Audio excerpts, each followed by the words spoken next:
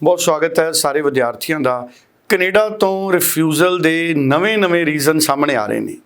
Canada किहड़ियां गल्लां दा ध्यान मांगता है, ये वीडियो बड़ी महत्वपूर्ण है। वो सारे विद्यार्थी जिहड़े कनेडा अपनी फाइल लॉन्च करन जा रहे हैं, इस वीडियो नूं जरूर सुनन। अमरजीत सिंह साडे नाल मौजूद ने ब्रॉडवे इमिग्रेशन सर्विसिज तो। अमरजीत जी सत श्री अकाल। और मैं चाहूँगा कि पूरी क्लैरिटी इस टॉपिक पे तुसी सांझी करो। कनाडा जहां पर बहुत सारे बच्चे फाइल्स भी लगाना चाहते हैं, बट अनफॉर्चुनेटली बहुत सारे बच्चे रिफ्यूजल्स भी फेस कर रहे हैं।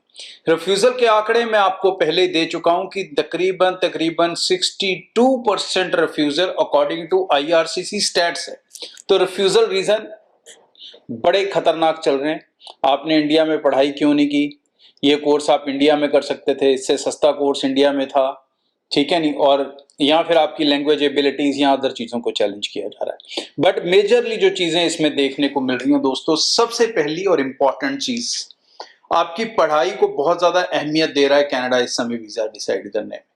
और पढ़ाई के साथ साथ दूसरी अहमियत वो देता है आपके फाइनेंशियल स्टेटस को, क्योंकि आप जानते हैं कि बहुत सारे बच्चों ने, हजारों की गिनती के बीच में बच्चों ने अपनी पढ़ाई को छोड़ा। उन्होंने असाइलम डाला, जो पिछले दिनों काफी मसला बना। असाइलम्स डाले, उन्होंने असाइलम्स में ये कहा कि उनके पास पढ़ने के लिए पैसा भी नहीं है, उनके पास वो घर जाना भी सेफ नहीं है, फलाना फलाना फलाना। अब ये चीजें कनाडा को इनसिक्योर कर गई स्टेट वाइज। तो इस समय इन दो चीजों के ऊपर सबसे ज्यादा वीजा टिका है। तो अगर आप स्टडी के साथ कोई भी कॉम्प्रोमाइज करते हैं, आप डिप्लोमास लेते हैं, अच्छे परसेंटेज के बावजूद आप छोटे मोटे कोर्सेज लेते हैं, आप अच्छी परसेंटेज के बावजूद, टेक्निकल नॉलेज के बावजूद वीक कोर्सेज ले रहे हैं, तो भी आपको चैलेंज होगा। आपको वीक कोर्सेज नहीं लेने हैं, आपको लेने स्पेशलाइजेशन वाले कोर्सेज जो जल्दी से इंडिया में मिलते भी ना हो। तो स्पेशलाइजेशन बहुत इंपॉर्टेंट रोल होगा।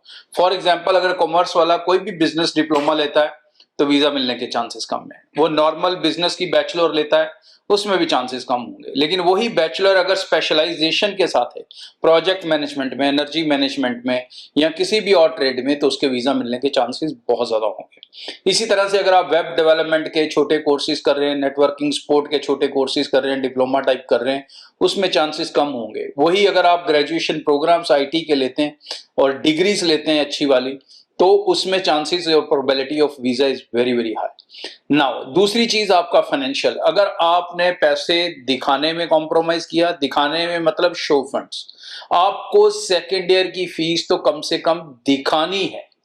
पहले एजेंट बोलते नहीं थे अपनी फाइलें पकड़ने के लिए, अब तो बहुत सारे बोलने भी लग गए भाई। और मैं ये चीज बहुत शुरू से बोलता हूँ आपको कि वीजा इन्हीं फॉर्मेट्स के ऊपर मिलेगा।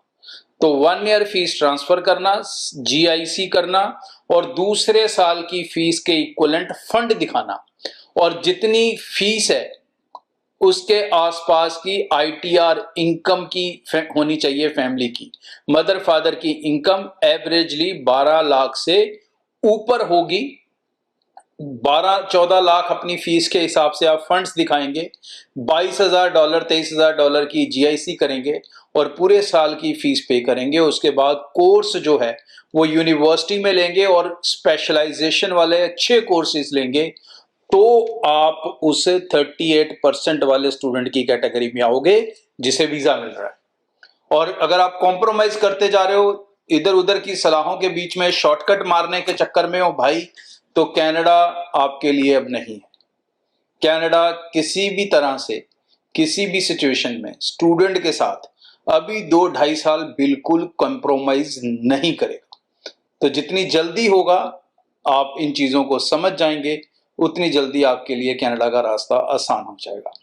अदरवाइज आपको अदर डेस्टिनेशन के ऊपर ध्यान देना होगा, और जिसमें आजकल एक बहुत ही शानदार डेस्टिनेशन ऑस्ट्रेलिया भी है, जो वीजा सक्सेस रेट बहुत अच्छा दे रहा है। लेकिन प्रोफाइल के अंदर, फंड्स के अंदर वो भी कॉम्प्रोमाइज नहीं करता।